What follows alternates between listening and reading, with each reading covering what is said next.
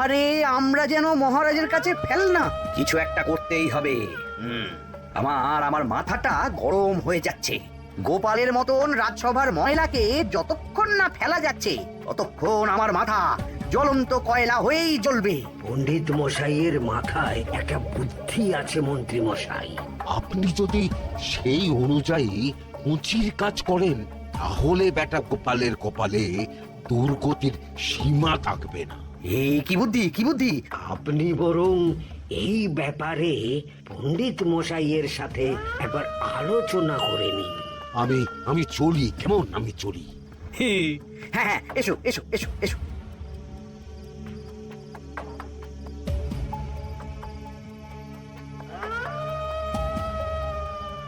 আরে ওই তো আমার বাঁ হাত ঘটা আসছে, ব্যাটাকে দিয়ে একটা কাজ করাতে হবে। এ কি মন্ত্রী মশাই, আপনি এখানে দাঁড়িয়ে কি করছেন? এই একটা গুরুত্বপূর্ণ ব্যাপারে কথা বলছিলাম। একটা একটা কাজ করতে পারবি? কি কাজ করতে হবে বলুন মন্ত্রী মশাই। আমাকে একটু ঠান্ডা জল, পাতিলেবু আর পুদিনার পাতা দিয়ে শরবত বানিয়ে খাওয়াতে পারবি? সেসব আমার ঘরে ব্যবস্থা করাই আছে। চলুন চলুন আমার সাথে চলুন। হ্যাঁ হ্যাঁ, চল চল চল চল চল।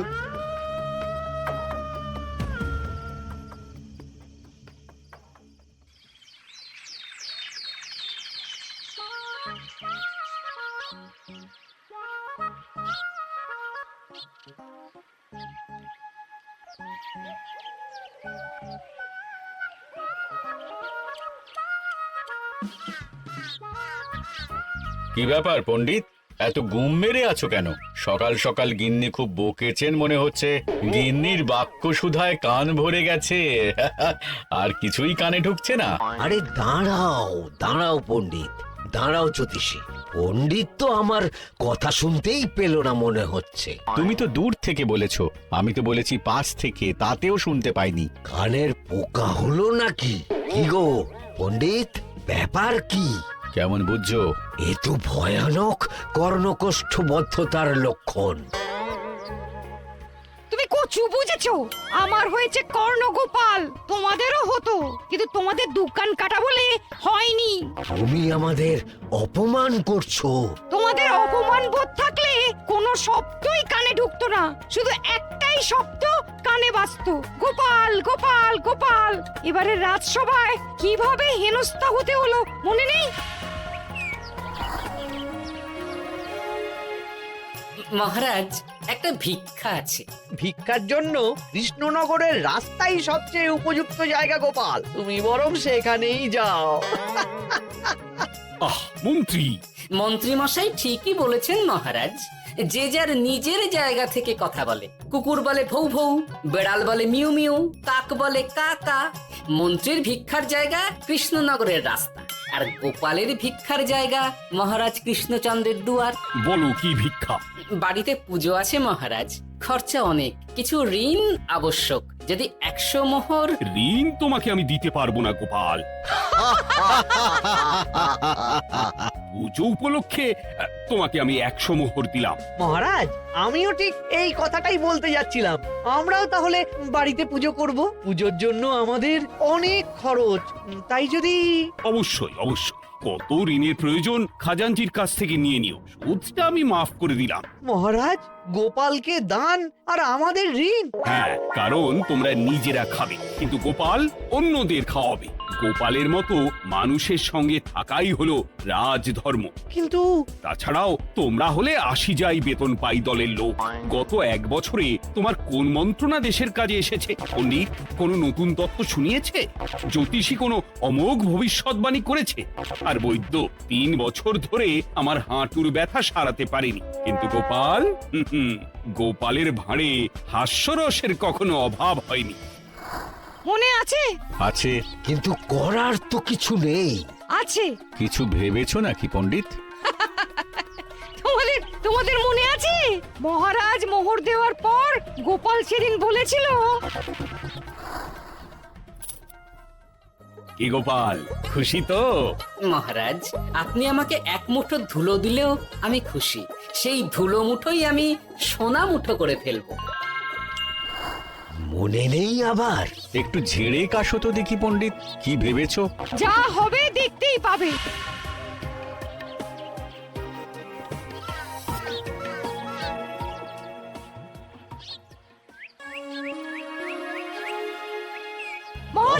মহারাজের জয় হোক, মহারাজের জয় হোক। ওরে বাবা, এই যে সকাল সকাল চান করে ঠান্ডা লেগে গেল মনে হচ্ছে। মহারাজ, ওই কবি গান উপলক্ষে গত মাসটা আমি কৃষ্ণনগরের কোণে কোণে ঘুরে বেরিয়েছি। প্রজাদের মধ্যে একটা অসন্তোষ আমি লক্ষ্য করেছি মহারাজ। অসন্তোষ? আমি তো জানতাম আমার শাসনে প্রজারা সুখে আছে। সুখে তারা ভাসছে মহারাজ, কিন্তু একটাই অসুখ, তারা মহারাজের দর্শন পায় না। তারা মহারাজের পদধূলির জন্য আকুল হয়ে আছে, মহারাজের দর্শন পাওয়ার জন্য চাতকের মতো অপেক্ষা করছে। চিত্রকরকে দিয়ে চিত্র অঙ্কন করিয়ে বিলি করে দিলেই হলো।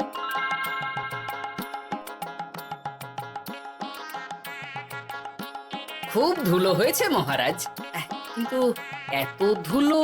কালকে ঝড়ে ঢুকেছে ঝাড়ুদার।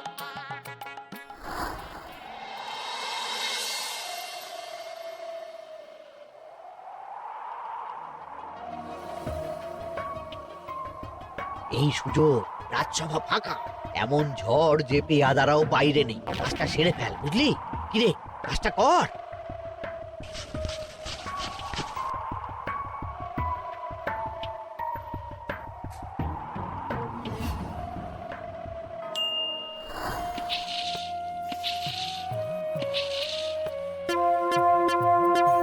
এত ধুলো!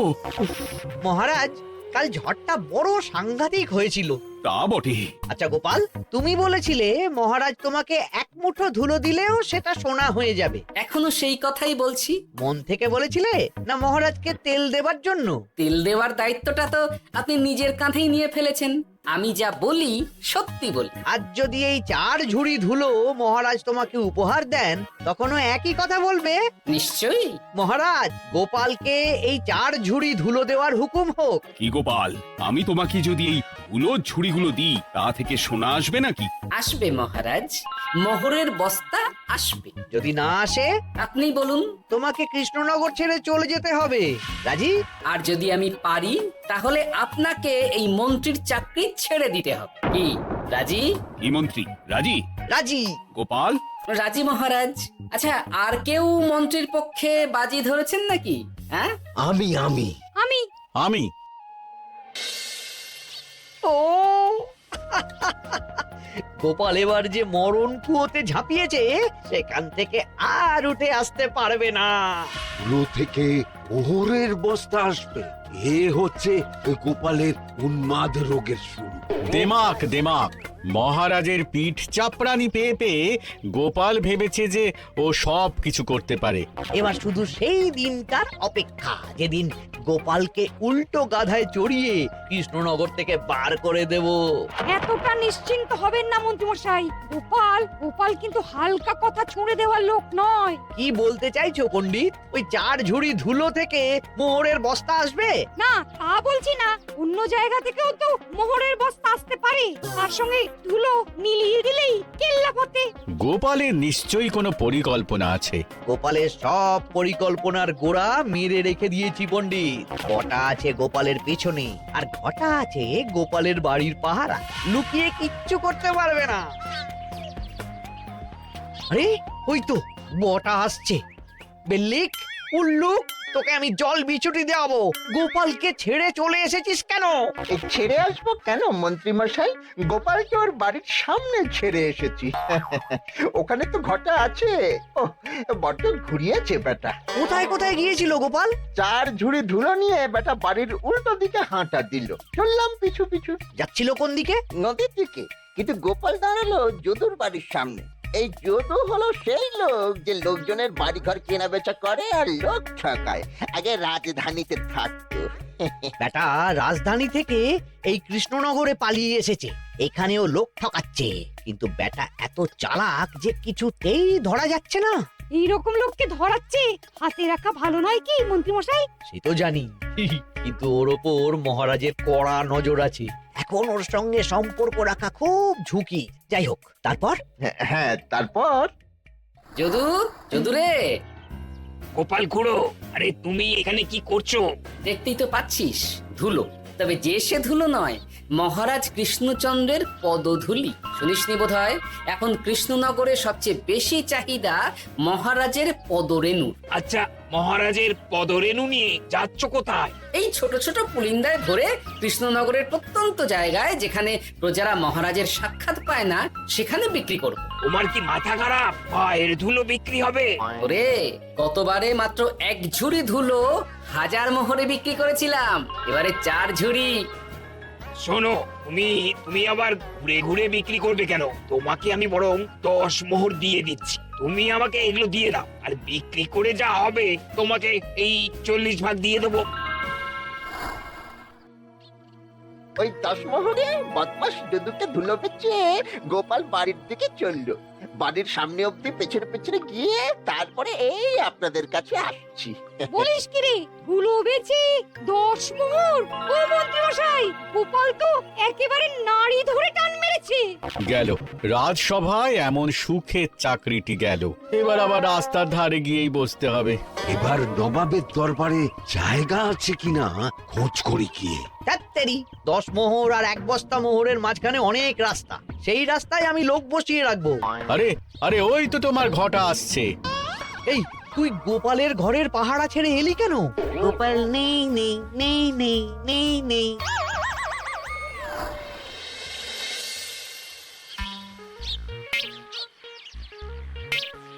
আরে, ভয় পেলি নাকি? না না না না না, ভয় পাবো কেন? শোন, তোকে পেয়ে আমার খুব ভালো হলো, বুঝলি? তোকে আমার একটা কাজ করতে হবে। বলো বলো। আসলে বুঝলি, আমার না গিন্নিকে নিয়ে তার বাপের বাড়ি যাওয়ার কথা ছিল, কিন্তু হঠাৎ বিশেষ কাজে আমাকে খামবাজে চলে যেতে হচ্ছে। এখন আমি গিয়ে গিন্নিকে বললে, বুঝতেই পারছিস, কুরুক্ষেত্র হয়ে যাবে একেবারে। তাই আমি কাউকে খুঁজছিলাম যে আমার বাইরে যাওয়ার খবরটা আমার গিন্নিকে গিয়ে দিয়ে দি। তুই পারবি বাবা ঘটা? ওরে বাবা! আরে আরে আরে, ভয় পাস না, তোকে গিয়ে মুখে কিছু বলতে হবে না। এই নে, এই চিঠিটা আমার বউকে দিবি।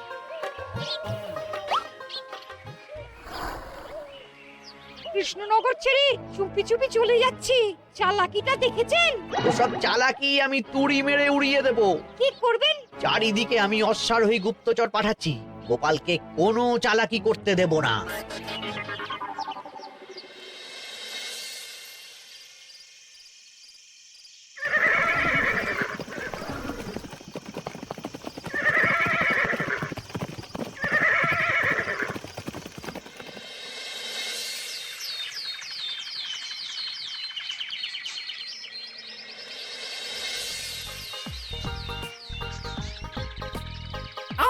বং পিং পং।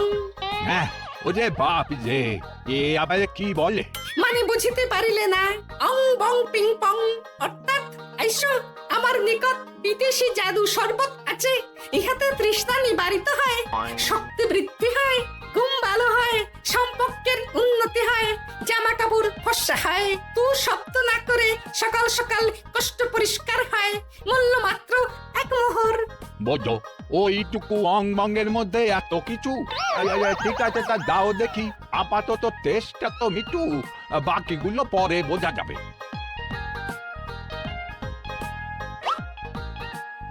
আহা, বড় ভালো খেতে তো। ঠং ঠং অর্থাৎ শক্তি বৃদ্ধি হলো। হ্যাঁ, মনে হচ্ছে গায়ে যেন 2 গুণ বল পাচ্ছি। কি হয়েছে ভাই? এ কে? এ ভিন দেশ থেকে জাদু শরবত নিয়ে এসেছে গো। জাদু শরবত? ভিনদেশ? একেবারে বহু ভুজা শরবত। খেলে তেষ্টা যাবে, গায়ে জোর হবে, ঘুম হবে, সম্পর্ক ভালো হবে, জামা কাপড় ফর্সা হবে, সকালে হ্রাস করে পেটও পরিষ্কার হবে। সে কি? দাও গো ভাই, আমাকেও দাও। গুড় জল, সঙ্গে একটু ভাজা মশলা, আমচুর আর বিট নুন, শুদ্ধ দেশি জিনিস, জানলে কেউ ছুঁয়েও দেখতো না। কিন্তু একটু বিদেশি গন্ধ দিতেই একেবারে হট্ট মেলা। আরে, তোমরাও এসেছো দেখছি। সং সং সংকা লং লং লঙ্কা, মানে? অর্থাৎ এই শরবত খেলে আর শঙ্কা নাই, বুদ্ধি লঙ্কার মতন ঝাল হয়ে যাবে, তারপর ডং ডং ডঙ্কা টং টং আমার কাছে।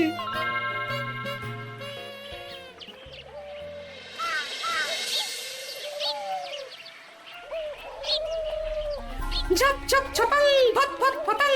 অর্থাৎ উহাকে দৌড়িয়েছ কেন? বেটা জোচ্চোর অনেককে ঠকিয়েছে। অনেক দিন থেকে তককে তককে ছিলাম, এবার এই ধুলো নিয়ে মহারাজের পায়ের ধুলো বলে বিক্রি করছিল। একটা বেনামি চিঠিতে খবর পেয়ে বেটাকে ধরেছি। ব্যাং ব্যাং বিগ ব্যাং। অর্থাৎ বেনামি চিঠিটা আমি দিয়েছিলাম বাবু। বাবা যদু, তুমি সেই রাজধানী থেকে কৃষ্ণনগর অবধি মানুষকে অনেক খোল খাইয়েছো। তুমি এতদিন ঘুঘু দেখে এসেছিলে বাবা, এবার গোপাল নামক ফাঁদটা দেখলে। কতবার বলবো এই সব ধুলো আমি গোপালের কাছ থেকে কিনেছি। যা বলার ওই বিচারের সময় মহারাজকে বলবি। চল চল চল চল চল।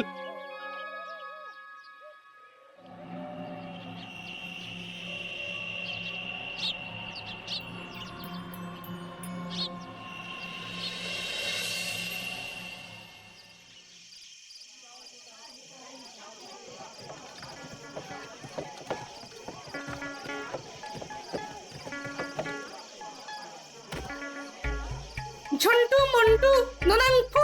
নাও ছাইলা, সাহেব বলে কি ফু দিয়ে দিতে হবে? কি বলছো সাহেব? বুঝতে পারছি না, কোথায় ফু দেব? ঝন্টু মন্টু ননাং ফু। অর্থাৎ লবণ আছে? আছে আছে সাহেব আছে। কত লাগবে? ভান্ড ভরি আন্ডাকারি। অর্থাৎ যা আছে সব।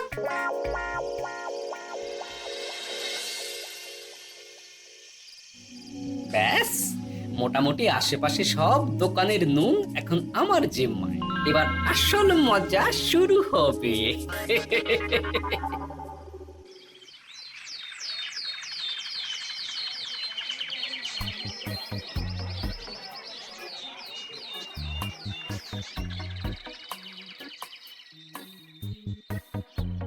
নুন আছে? না হুজুর, গোটা কৃষ্ণনগরেই নুন নেই। ওই দেখো, পুরো রাজসভাই বাজারে জড়ো হয়েছে। শান্তামনা শান্তু মন্টু। এ আবার কি বলছে রে বাবা? শান্তামনা শান্তু মন্টু। অর্থাৎ জনগণ শ্রবণ করুন। নান্টু কান্টু নুন কি নেবেন? আন্টু আন্টু আসুন আসুন। আমার আমার এক সের নুন লাগবে। শান্তু অবশ্যই 100 লবণ 10 মোহর। এক সের 10 মোহর? 10 মোহর লইবেন না লইবেন না? না, নেব না। উত্তম উত্তম গান্ডা পিণ্ডে ডিসুম ডিসুম। অর্থাৎ তাহা হইলে নুনের বদলে গৃহিণীর প্রহার ভক্ষণ করুন। আমাকে একটা নুন দিন। আমাকেও আমাকেও। নুন ছাড়া বাড়ি ফিরলে গিন্নি ঘর ছাড়া করবে আমাকে। শুনলাম কৃষ্ণনগর থেকে নুন উধাও। আছে মহারাজ আছে। কৃষ্ণনগরের সব লবণ আমার নিকটে আছে। 110 মোহর। এত দাম? দাম তো হবেই মহারাজ। লবণ ছাড়া রান্না কেমন হবে ভাবিয়া দেখুন। ঠিকই বলেছ, রাজপাকশালেও তো রান্না বসেনি। 100 সেরের মতন রাজপ্রাসাদে পাঠিয়ে দাও। 1000 মোহর দিয়ে দাও।